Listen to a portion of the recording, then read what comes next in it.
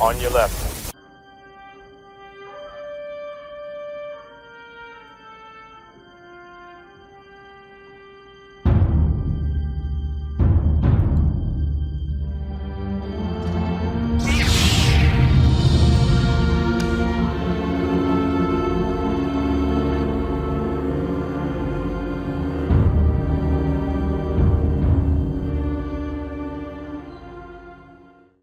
Hey folks, what up? This will probably be the last Russell Wilson Sierra video that I do for a good long time because I am tired of it. I know you guys are too. But the reason that I wanted to do this particular one is because reading the comments, and I hadn't never really done a thorough search on their relationship because it's a celebrity relationship, and it's like any other celebrity relationship, it's mostly image.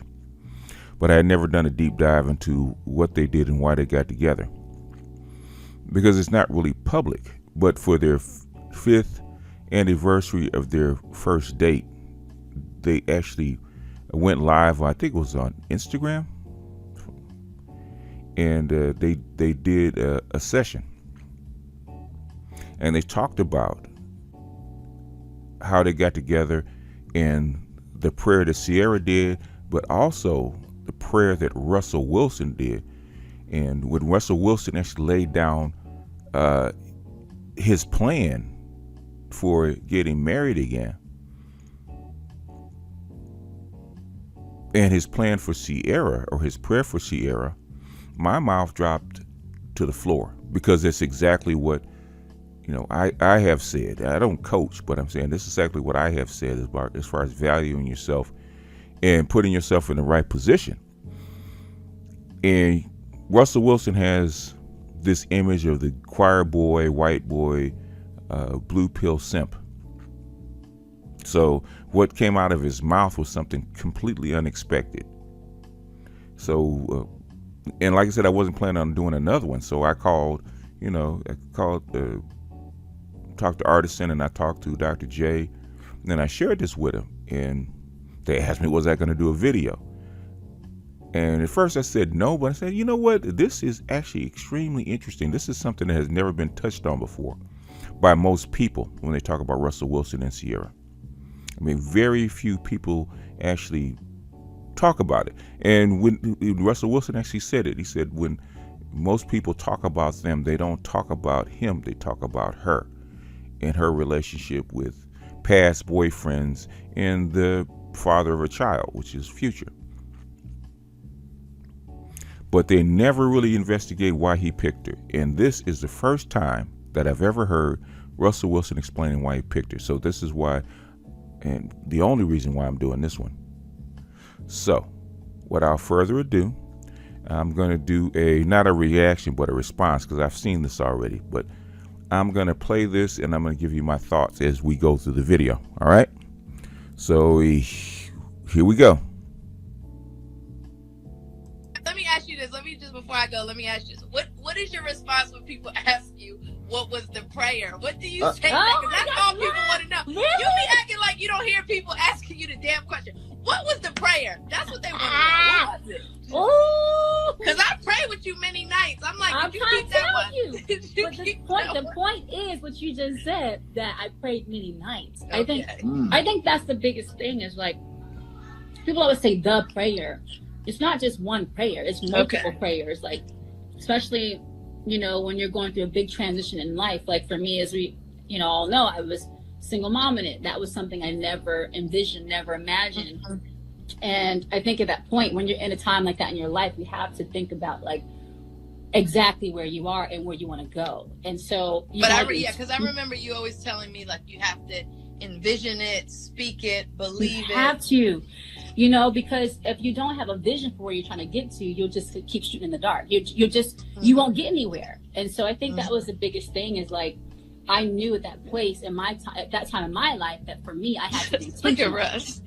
No, I did. I had to be intentional. Well, the funny thing is that everybody asks, what the prayer was for Sierra, but nobody really asked me what was the prayer for me. Nobody ever. You're right. Nobody. Okay, bro. What was the prayer for you? So let me tell y'all something. I was singing. See, that's the point. Nobody asked what the prayer was for Russell Wilson, and that's the key. And this is the reason that I'm doing this particular video, because really nobody asked. Well, except for me. I always wondered why he picked her, and everybody assumed why he picked her.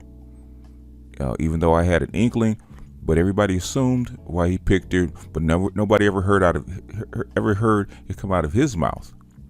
Now, whether you think he's lying, whether you think he's BSing, this is going to be his response. It's going to be really interesting. So, here we go. I was doing, hanging out, doing thing, whatever that means. Doing what, bro? Doing what thing? Hey, you know what I'm saying? Listen. That's a later conversation. Oh Lord. But anyway, so I'm hanging out, and I think ultimately though, for me, I never forget like being in this space of like, what do I really want? Like, what am I looking for? And I think, really, I wanted a relationship, a long-lasting relationship. I wanted love. I wanted kids. I wanted family. I didn't want perfection. I wanted the perfect thing for me. And so, anyway, so I ended up writing down my 5 non-negotiables, because really, really, marriage is a partnership. It's a business deal in a way, but it's really a partnership. It's like, hey, we're going to do this forever. Like, how are we going to partner and do this, right? And so, exactly. I always when I talk to guys about relationships, and I wish this is something I had known back when I was Russell Wilson's age, like in my mid to late 20s, even my 30s. I had been coached. I had known about doing this exact thing. And I think the information has been passed around to where younger guys like Russell Wilson, like the people that I talk to, men that I talk to, are actually doing this and having the willingness and having the courage to actually do this. Because this is what he's going to say is exactly what is taught. Okay? Exactly what is taught. So this is a classic lesson on how you pick a woman and how you pick a relationship. Remember, your mission, your purpose is first. And Russell Wilson getting ready to lay down the law, okay? For me, I thought of it that way. I was like, okay, well, when you go into a partnership deal or business type deal, you want to think about what are your non-negotiables? What are the things that, this is what I want, and this is what I have to have, and this is what I'm looking for. So I wrote down my 5 non-negotiables. And, producer Lala over here getting on the deets. I'm going in. Look, how did I turn into the damn interviewer? But the reality is, hold on one second. The reality is that, sorry, I'm just texting her. The reality is that for me, for the 5 non-negotiables was more what I had to write down. I had to write down what those were. I had to have a clear vision of what that was. And so for my 5 non-negotiables, my first one is I wanted a woman of faith. That's the number one thing I wanted. And that was important to her. I wanted a woman of faith. The second thing is I wanted a woman who was faithful. The third thing I wanted is ultimately I wanted an independent woman. I wanted a person that didn't have to be Sierra. They could be doing whatever, but they had their own identity. They had their own perspective on what they wanted to do in life and how they wanted to impact people. And that was something that I noticed from the first time we met and how she spoke about others. The fourth thing was I wanted a woman who was going to love me the way that my mom loved my dad when he was on his deathbed, and how my mom took care of my dad no matter what the circumstances were, no matter how hard it got. Our family, to be honest, we went bankrupt at one point, and just, it was hard. It was heavy times, and you have to be able to, my dad always knew that we were going to be good, that we were going to be good. My brother, myself, and my sister, that we were going to be okay because my mom was helping lead the way, and she had a great perspective. And the fifth thing was, ultimately, I wanted a woman who was going to tilt the room. Right? When you walk in the room, if she walks in the room, the whole furniture just slides to her. Okay. And so those were 5 things. My 5 non-negotiables were one woman of faith. The second thing was one woman who was faithful. The third thing was one who was independent. Fourth thing was I wanted a woman who, who loved me the way that my mom loved my dad. And the fifth thing was, ultimately, is I wanted a woman who would tilt the room. I wasn't going to settle for 3 out of 5 or 4 out of 5. We were going to go 5 for 5, and that was it. And you got it. And we got 5 for 5 plus some more. You got it. Yeah, you so got it. That was really what we were. Are you crying? Yes, I am. Sorry, because I'm hormonal too. But I mean, I guess. See, that is the way you lay down the law. In fact, Dr. Harlan Scott, who's the best friend of the pimp god, and even the pimp god said, this is what you have to do. This is what you have to do. And Russell Wilson kind of laid that out. That's how come she's crying. Russell Wilson laid that out for her, not during the relationship, but the thing is the first date. This is the first date. And he already has in mind the kind of woman he wants. And if Sierra hadn't met those metrics, he would have got with her. He never would have married her. He put her in another category. In fact, I think he was going to put her in another category. But the thing is, she met his metrics. Whether the not having a baby or something like that would never enter into it. You got to remember, this is all individualistic. Okay, if a woman meets your metrics, she meets your metrics. If she meets your all your check marks, which for Russell Wilson is very difficult to do, especially at that level. A woman of faith, which that's different for each person, right? I don't know about her being a woman of faith. Evidently, she was.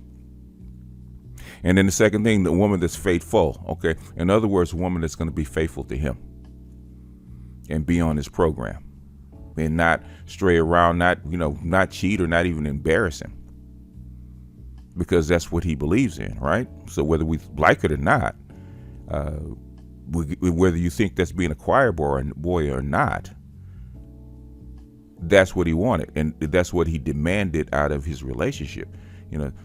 Being independent, somebody that's in the sphere that he's in, entertainment sphere that he's in, he can't be sitting around babysitting somebody. He needs somebody that's independent, that's already got their own thing, because at his level, he wants somebody to add to what he already has. He doesn't need a stay-at-home chick, because he had that. He had that with his first wife, a stay-at-home woman that nobody knew, that depended on him, and I guess that's not what he wanted for his second marriage. Got to remember, he's already been married before.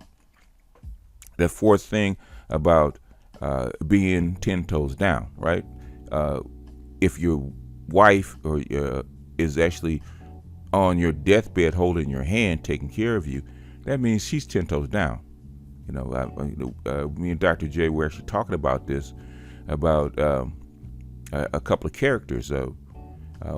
One was the from Conan the Barbarian, where the woman that he met, that Conan met, sacrificed her life to save Conan, and when the spirits came for his life. And the second one was Trinity, that was going to tear the building down to save Neo.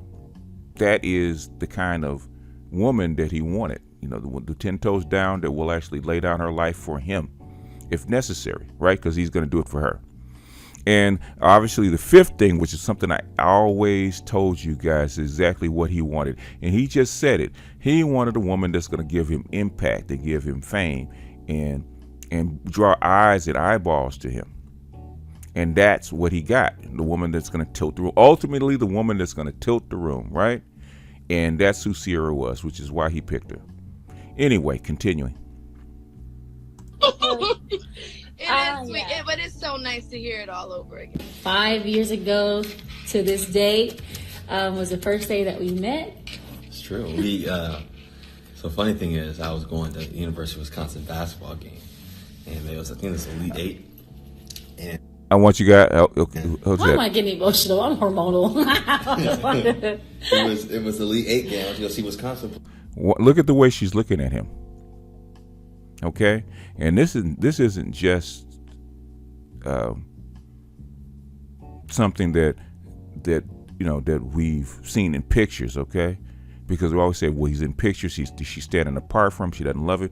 The thing is, people get into poses and pictures and stuff like that, and that means something to me, to most people. It doesn't mean anything to me. I always look at a woman's eyes and how she looks at a dude, when they're relaxed. That tells you a lot about how she feels about him. Okay, if your woman can't take her eyes off of you, and when you're talking, she's looking at you like that, okay, that means there's a far greater connection in my mind than anything else. But look at the way she's looking at him. We started talking, and sure enough, I'm like, "What's up? Let's meet up. Let's link up." And I told her that we were gonna let's maybe meet up after the game and everything else. The game started at 4. We had won the game. Wisconsin did, so I was fired up about that, and she was watching the game. And the crazy thing is that, baby, if you remember, you told me, I was like, around 7 o'clock, I was like, hey, can we meet up around 9:30, 10? And you told me, I don't think it's gonna work. A little too late. A little too late, because because I was supposed to go to dinner with some business friends and stuff like that. I was supposed to go to dinner at 7:30, and I was like, so what about 9:30, 10 o'clock? Can we meet up?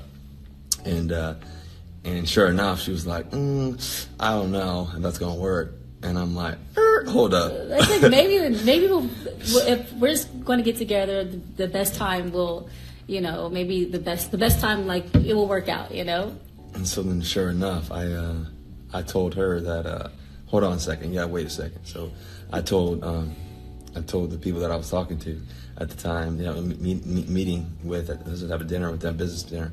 I told them, hey, listen, I'm gonna have to wait. Let's have dinner at 10:30. Okay, cool, because there's another basketball game. It was March Madness, and I think Kentucky or somebody was playing next, and so everybody wanted to stay and watch that anyway. So I said, let's link up in 15 minutes, and sure enough, we did, and that was it. That was a wrap. And then I completely forgot about the dinner. That is how you take charge of a situation, okay? They're not begging. He modified everything, and she said she couldn't. She said, well, maybe we could meet later on, and the situation will actually mend itself. A lot of guys would have said, oh, well, maybe next time, and, I wanted to see you, but if it doesn't work out this time, okay, you'd call me and hook up. No, what did he do? He took charge, because he's like that, right? Because he's a boss, right? Hold on. Let me move some things around, and I'll call you right back.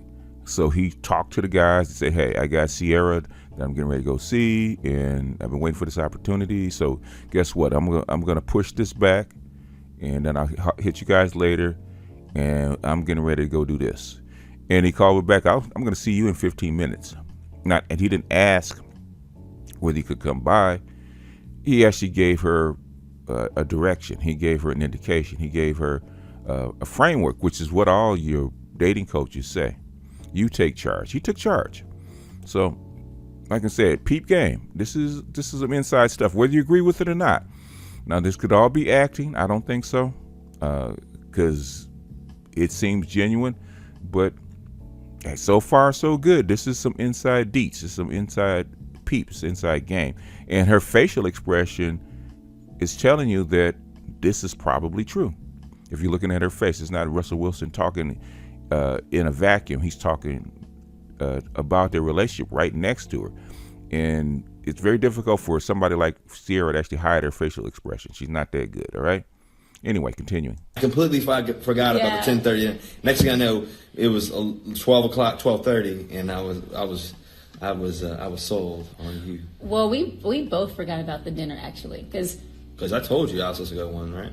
Yeah, you were supposed to go to dinner, and then we were talking about eating and stuff, and then I guess you could say, in the time of us talking, we were just talking for a long time. And sometimes when he was talking to me, I'm not gonna lie, I was kind of hearing him, but I wasn't. Like, the words he was saying to me was like kind of going over my head a little bit, because I was like, he's so beautiful. That's the other thing that people forget. That's the part they leave out. Okay, they always leave out. Russell Wilson, whether you like him or not, is conventionally handsome, especially for black women. Okay, whether you like it or not, Russell Wilson is conventionally handsome. He's not 6'2", but he's tall enough. He's like 5'11". He's close to 6 feet. He's athletic. He's got what you call light skin or a medium brown skin, and he got the killer, which is curly hair. Got loose coils in his hair. What do black women love more than anything else? Okay, hair, skin and hair. That's genetic currency. If you look at Future, now Future's tall, but Future is not athletic. And Future has very regular black features. He's not exotic. Russell Wilson will be considered exotic to most black women. Russell Wilson can get chosen with his mouth closed just by the way he looks. I guarantee you. Anyway, but that's the key. Okay, and the other key is that he forgot the dinner is because he was sold on her. That's another key. This was an interview, folks. Russell Wilson was interviewing her, not vice versa. That's key. Now, this is inside. Now, whether you believe it or not, I know a lot of you brothers ain't gonna believe this. You're gonna say they're acting, they're putting on, this is for the press. But I'm looking at their facial expressions. This doesn't seem put on. But judge for yourself. Continuing. So I was like, he was talking, I was like, right. Yeah, but then I was like hearing him, but I wasn't hearing him. I don't normally forget about food, so. Yeah, me neither. Yeah, this girl right here, I love to eat. So, we both basically didn't eat dinner. We just, we weren't even thinking about our bellies. We weren't in that space then. We were just having a good time. And then later on that night, in our conversation, we were talking about a burger spot that we liked. Well, the funny thing is that it's 12:30. You could go a tough story. She was 12:30. We were hungry. Well, in the conversation, we were talking about like Fat Burger and In-N-Out, and then. Which I don't know who loves In-N-Out. Which one of y'all love better? And y'all like In-N-Out? What's y'all spot? I'm sure y'all love some In-N-Out and California people, but In-N-Out's good and all that. Yeah. But anyways, it was getting late, and it was. In-N-Out is good. I love In-N-Out. I love both. I love In-N-Out. I love Fat Burger too. I think it just depends on like what you're feeling in the. It's obviously Los Angeles because In-N-Out and Fat Burger outside of the Southern California area are very rare to put those two things together. So obviously she was in Los Angeles when this meetup happened. But continuing. A moment, but we were talking about the burger places, and then Fat Burger was one of the ones we talked about. And so. Well, let's rewind a little bit. Okay, cool. Let's rewind a little bit because what really happened, let me tell y'all what really had happened was we were over there hanging out, chilling, and so sure enough, what happened was we were talking, just mesmerized by each other. And next thing I know, it's 12:30. I'm like, oh shoot! And the crazy thing is, her dad was there, Pops was there, and obviously Little Future. So he was really young then. And so we were hanging out, having all this good time, fun. Her dad and I were cracking up, making jokes and everything else. See that he sold the dad too. There's something that I've always had, and maybe it's because of my upbringing. I've always had is the ability to be able to mesh with the parents. Just about every parent I ever ran into, as far as dating is concerned, I've always been able to walk in the room and kind of mesh and impress the parents. And this is not having anything to do with money or flash or being fancy the way you dress, just your personality, being able to mesh with the parents. So he not only sold her, as you can tell, he also sold dad, which is also important. He impressed dad.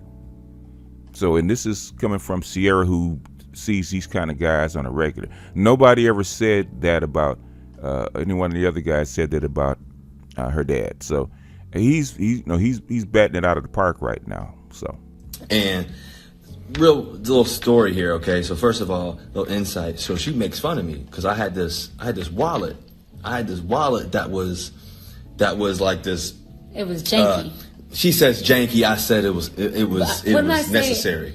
I said it's a hot mess. I was single, and I lost all my stuff back then, and so I had this Bible-looking wallet. It had like my cards on one side and the phone on the other, but it was, you know, it was a broke down wallet. Toe up from the floor. And the crazy thing was that it had like holes in it. I had it for like a year or so. I was single, you know, I was carrying that thing around. It was so anyways. Hidden straight. Yeah, so basically my car's about to fall out almost.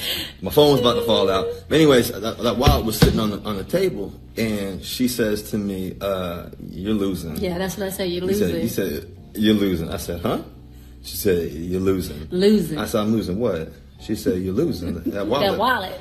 I said, her dad was right there too. I said, first of all, if you with me, you ain't never losing. Hey. Second of all, is see that's the problem. She said, what? What you mean? I said, see, you need a man that's gonna be consistent for you. See, this wallet's been consistent for me. I'm gonna have the same thing. I got my cash in my pocket. I got my cards. Things are cleared up. Ain't no problems in this wallet. You know what I'm saying? And yeah, so that's what you need in your life. You need somebody that's gonna be consistent for you. That's what y'all see. That's some of y'all girls see. When you say, what you say? Trying to go to the flashy flash. Yeah. I said something like that. Y'all try to go for the flashy flash. See there. You need somebody that's gonna steady, be consistent. You need Steady Eddie for you. Yeah, that's what she I'm said. gonna be Steady Eddie for you.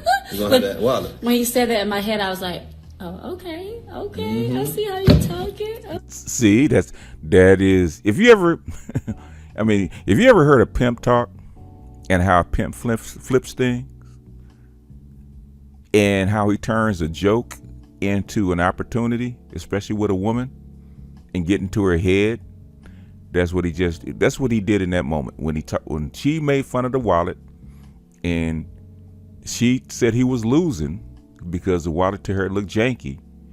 He flipped it on her and said that wallet's been consistent for me, and that's what you need in your life.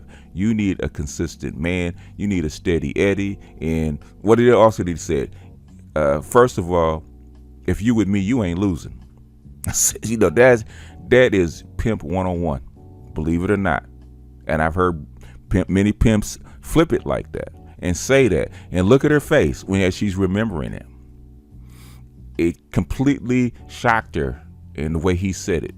He took ownership of it, and he flipped it to where that wallet that she saw on the table with all his cards represented him, and why, even though it looked janky or not that flashy kind of person, a flashy kind of wallet, why she needed him in her life. That is pimp 101. That's marketing 101. And I've heard many guys say it, many top salesmen say the same thing, and I heard many pimps sell themselves the same way. Okay, this is classic. This is classic 101. If you have to do a first date to sell yourself, to get in a woman's head, you can't do no better than this, man. This is actually classic. My mouth was on the floor listening to this, but continuing. Okay. I'm just telling y'all, ladies. I'm just telling y'all, fellas, you got to talk to them like that. You got to let them know what it's going to be. You can't be, we can't be stepping in this thing with no confidence. You know what I'm saying? You got to be in there confident. You got to know what you want. Got to know what you need. She got to know. You got to tell her what she needs to know. You got to know what so I'm going to give y'all a little bit of something right now. I'm going to give you too much. Okay, because this ain't gonna be the only time they're gonna do live. But I'm just telling you, you need a steady Eddie. You need somebody that's gonna be consistent for you. But you also gotta have stuff together too now, though. You can't. Yeah, you can't have that bootleg janky wallet. But that's why I got you. You make me better. You stepped up my fashion game. You stepped up my. Listen, I ain't gonna say nothing. I'm gonna give you the credit. But listen, you stepped up my fashion game a little bit. I had something, everybody makes fun of because I wore a Hawaiian shirt. And that's the only photo y'all see. And I'm going Hawaii, and it was, anyways, I'll leave that back there, though. But, listen, we upgraded. You said level up, I leveled up. So, sure enough. But anyways, going back to the main subject. That face is always there, though. Hey, going back. See, the face is always there. It doesn't matter what he's wearing. He's cute to her. Notice the emphasis. She's telling you what was important to her. Okay? And he sold himself. Not only sold himself, first of all, he made sure that he was sold on her. That's what he made sure of. And then after he figured out that this is the one he wanted to acquire, he went in for the kill. This is pimp game, man. I've heard pimps say this to a street hoe, man, okay, to get her to be on the team. And even though it's, the way he does it, it's a little square, it maybe even a little artistic, but the way he puts it and his confidence that he puts behind it, this is how you do it, folks. Whether you like it or not. And her face is reminiscent on what he said. So, you know what? My mouth was on the floor because I never heard this out of Russell Wilson. This is Russell Wilson that I've never heard of. So this is the inside game. Okay. Anyway, continuing to the main subject, though, is that listen, you make me better. So I'm just saying. But my cheeks out, my cheek hurt. So basically, so what we're saying is. So anyways, let me go. I ain't finished the story though. You gonna finish the story? No, you finish the story. Okay, so she just deferred to him. Okay. Does she run the relationship? How many times you've heard black women and black couples talk, and black women dominate the conversation? I mean, they talk like 15 times more than the man does.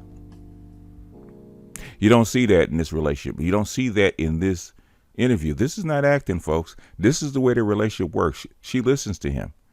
He does most of the talking. In fact, anytime you pull up an interview with them together, he does most of the talking. Yeah. Okay. We'll do it together. Yeah. So fast forward, I done told her that, and for the rest of the night, I think it was a done deal. She was committed. I'm saying? I told her what it was, and she needed to hear it. And so, anyways. So fast forward, her pops like that too. I'm just telling you, when the pops likes it, things are moving. Bingo. What did I just tell you? Bingo. Pops liked it. And who does Sierra actually respect more than anybody in this world? Her father. And he sold the father. And he said if Pops liked it, things are moving. Anyway, continuing. Moving along in the right way, and Pops was actually wearing a Carmelo jersey. I said, Mel, I know you probably listen on here maybe. I told her, hey, that's a good jersey, but you're also going to need a number 3 too. You're going to need a number 3 jersey as well, because C and La are best friends. So and Melo and all that. So anyways, I said, hey, I love some Melo. You also going to need a 3 too, and he liked that too. So listen to this nigga, man. Whether you like him or not, whether you think he's a simp, lame or not, okay? This is classic, okay? This is actually classic. This is classic confidence. He sold himself. Anyway, so the night was going good, basically, is what I'm trying to tell y'all. And fast forward, I completely forgot about dinner. And next thing I know, I'm about to leave, and I'm like frozen when I'm leaving the house, and everything else. And so next thing I know, I was like, man, I'm hungry. I ain't eating. But I'm like speechless. I'm never speechless, just so y'all know. And she had me speechless. And then so I'm headed out, and I said, I texted her as I'm driving. As I wasn't driving, my buddy was driving, and I'm headed out. And I said, and I normally I drive, but I said, listen, I can't even focus. You take the keys. So sure enough, he turns on the car. We're heading out. I'm like, Russ, you haven't eaten. I said, oh shoot, we forgot about that dinner. We completely stood these people up. I was like, oh. I said, well, what's there to eat? So I looked up on my phone. I said, where's the next place we could go? Sure enough, there was Fat Burger right around the corner. So I said, hey, pull in the Fat Burger. I texted her. I said, and this is where I knew. I texted her. I said, hey, you hungry? And then she said, no, I'm okay. First of all, I knew she was from Atlanta, Georgia. So I knew she was going to be hungry. Okay, Southern girl, she hungry. So I said, listen, I know you need a burger or something. So I was trying to be, keep it cute. She was from Atlanta. I'm from the South too, so it was all good. You gotta keep it cute. I told her, I said, listen, I'm gonna get a cheeseburger. I'm gonna get a double cheeseburger with only ketchup. You want something? I'll get something for you. And she said, what? And then I said, she says to me, I want a double cheeseburger, only ketchup too. That's what I normally get. Double cheeseburger, double cheeseburger. Yeah. So anyways, I said, you're kidding me. That's the same thing I get every time. And so when I knew she wanted the same thing, because I don't like all the extra stuff on it. I just wanted to say to me the cheese, the burger, keep it simple. Simple. Okay, now she done got me, and that was it. So So sure enough, I got the cheeseburger, took it back to her. See, I ended up saying, yes, I would like to have a cheeseburger. Yeah, and then that was pretty much it for the most part. And then, so I brought the cheeseburger back, and then I was just kind of staring at her. I was like, is this going to be the time that we, like, Babe. is this the time we're going to kiss? Or, I was thinking that in my head, I ain't going to lie to y'all. You was thinking the same thing, don't lie. No, it was like, okay, here we go. All right, thank you so much. I wasn't going to kiss on the first night, so. I know, yeah. But that was kind of an interesting. I leaned in. My cheeks hurt so bad. I leaned in. I got it right about there. Real close, though. Yeah, it was real close because I was like. That was intentional. In my head, I was not going to lie. You know what I'm saying? Let them know. Like, let them know. And but the funny thing is she made me take off my shoes when I came in the house because I didn't do that. I was single at the time, so I didn't take my shoes off. I was in my house. You got GC Man crawling all over the floor at that time. I took my shoes off. I'm sliding. And I just like shoes off. And I'm not gonna lie to y'all. So like I told you, she set up my game. I was wearing this. I forget what I was wearing. I was wearing. No, you don't. You can't forget. I can't forget. You wore. I was wearing red. I said red shirt. She says pink. It was pink. Everybody. Okay, so Barbados red. Barbados. Well, wait. If everyone, I love to see what people think. If they go look at the photo when he was proposing to me. He had on the exact same outfit that he wore the first day that we met. That was planned, fellas. And so, she didn't catch on though, but that was planned. And so, if you look at that shirt, y'all tell me what color you think that shirt is. We first met, but what color you think the shirt is? The shirt is pink. It's a Barbados red. You had on pink shirt and white pants, and your hair was kind of close to this cut. Yeah, pretty much. And so what happened was I had these white socks though on. I had everything together, but I had just worked out down in San Diego, so I drove up to LA and I wouldn't have my stuff together, guys. But I was sliding through the kitchen and everything with my white socks on. I didn't want to be too loud. Little man was sleeping, and so, anyways, that was our first night. And then she had to go. She had to go to New York the next morning, and so. I went back to train and everything else. She flew back, and then when she came back, that's when we actually did our first public outing, but nobody really saw us. Because we went to the San Diego Zoo. We took Little Man there. Yeah, that was fun. And that was a cool time. That was a really sweet time. Yeah, it was. I just remember going back to that night. I remember calling. I feel like I talked to both Yoli and Law that day, and I remember calling Yoli, and I was like, I don't want to jinx anything because sometimes you don't want to like say too much of what you feel like something is, but I was like, I think that he's and I didn't say like the whole sentence. She's like the one. I was like, yes. So I remember that moment, and it's just crazy. Like we're sitting here 5 years from the first day that we met, and we are now having another baby. I'm so hormonal, so I kind of want to I keep getting teary-eyed at different moments, but it's really cool. It's really surreal. Yeah, it's a blessing, that's for sure. Yeah, really cool. Let me ask you this. Okay.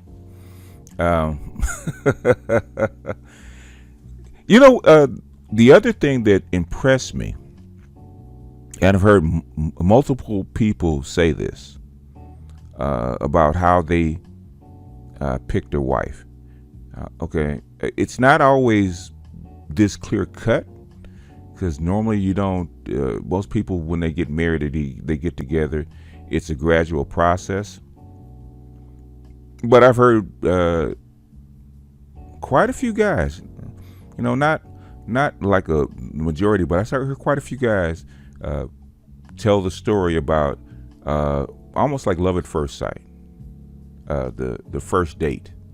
And this was not even a date. Okay, this was just a meeting. And the story that they tell from both sides about how they lost track of time is very key. About how they both say they lost track of time. And how each one of them was sold. But she hit his metrics and he was sold. The father was there. Her father was there with her. With her and the baby, and the father was sold, and she was sold. And what did she do? Did she say I got a lame, or I don't know if I want to be with him or anything like that. No, the first date, not the first year, the first date, the first time they met. This is what happens. So could they be putting on? Could they be just telling a story for the press to sell this as a fairy tale relationship? Yeah, possibly. You know, if they wrote it, this would be a sappy love story, right? But I'm looking at their faces, and unless these people are good actors, which I don't think Russell Wilson's that good an actor. Okay, I really don't. I think if you see him, I think he I mean, there's sometimes he puts on for the cameras, but I don't think this is one of them. And I'm looking at her reaction and the way she tells the story, and the story is consistent, and it's consistent in a manner that I've heard other couples that got together and have been married for a long time and about how they met. And this is classic. I hate to say it, but this is classic. Lost track of time. I'm sold. She's sold. She sees what she wants in a man because, like it or not, he's a jock. He's a pro jock. He's athletic. He's good looking. She's good looking. She's famous. And beyond that, their personalities do mesh. And the key factor was the father. The father was there. And the key factor, he sold the father. Now, if he sold the father and he sold her, that gives you a connection that this is probably genuine. And Russell Wilson is not who we think he is. I think this is more Russell Wilson than what you see out in the press. You know, this is the kind of jock talk. Okay, this is how jocks actually pick up women. And this is how they talk, because they do have the body, they do have the looks, they do have the confidence, they do have that air about themselves, because a lot of this stuff transfers. They don't know how to be any other way. They don't know how to be any other way. And this is how he got her, and vice versa. It's also how she acquired him. So a lot of what I think about Russell Wilson has been vindicated with this particular video. Like I'm saying, I don't think that a lot of men are actually going to believe it, because people are going to believe what they want to believe. And people want to believe that Russell Wilson is a simp, and Russell Wilson just putting on airs, and there's nothing valuable about him. He's just following her lead because he's in her purse. But over the 6 years that I've seen them together, he's always taken charge.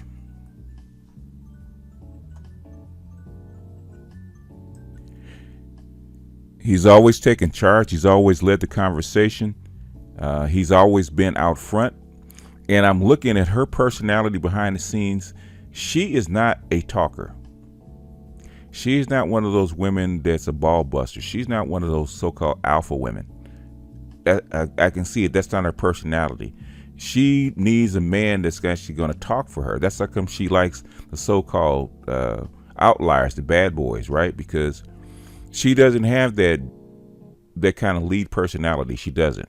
She needs a kind of guy that's a lot more forward, a lot more aggressive, a guy that does most of the talking, a guy that's more out front, and she kind of sits back and, you know, she does what she does, which is look good and dress and impress people, right? The way she looks, she tilts the room, okay? But she needs somebody that will manage her. And the one thing that caught me when, you know, during that conversation, when he was actually there, when he talked about the wallet, he said, let's get something straight. If you with me, you never losing. I said, bingo, there it is. There it is, okay? And that's the confidence. I see my buddy sell insurance like that, right? He's a very good salesman, especially when he was young, especially when he knows how to sell a client, right? I've seen him do that many, many, many times and sell people. He takes he's very cocksure of himself. He takes charge. He tells people exactly what he wants them to know. And he takes charge of the conversation and the situation. He always does. That is what I've seen in Russell Wilson. This is behind the scenes. Instead of this, all shucks, I'm a humble man of faith. I've got one thing to say about that, Russell Wilson. Bullshit, okay? This is the starting quarterback. This is a Super Bowl quarterback talking and leading his folks, okay? Just like he led her. And she felt it. And she's attracted to it. And she bought it. Even though at the time she was worth more money than him. At the time, she was worth more money than him. And he said, I was sold on her. Because it doesn't matter how much she has or who she is, I have to be sold on her. That's the key thing that he said. He said she had to meet my metrics. And once she met my metric, once I decided that this is what I wanted to acquire, he went for it. And then he sold himself, not before. Not only sold himself to her, also sold himself to the father, which is way more important. Because her father had seen these kind of guys come and go. If you ever notice, remember that picture of Russell Wilson and the baby and the father going through the airport? He was already in the family. Way before they even got married, way before they even had sex. Russell Wilson was already part of the family. The family was already sold on Russell Wilson way before.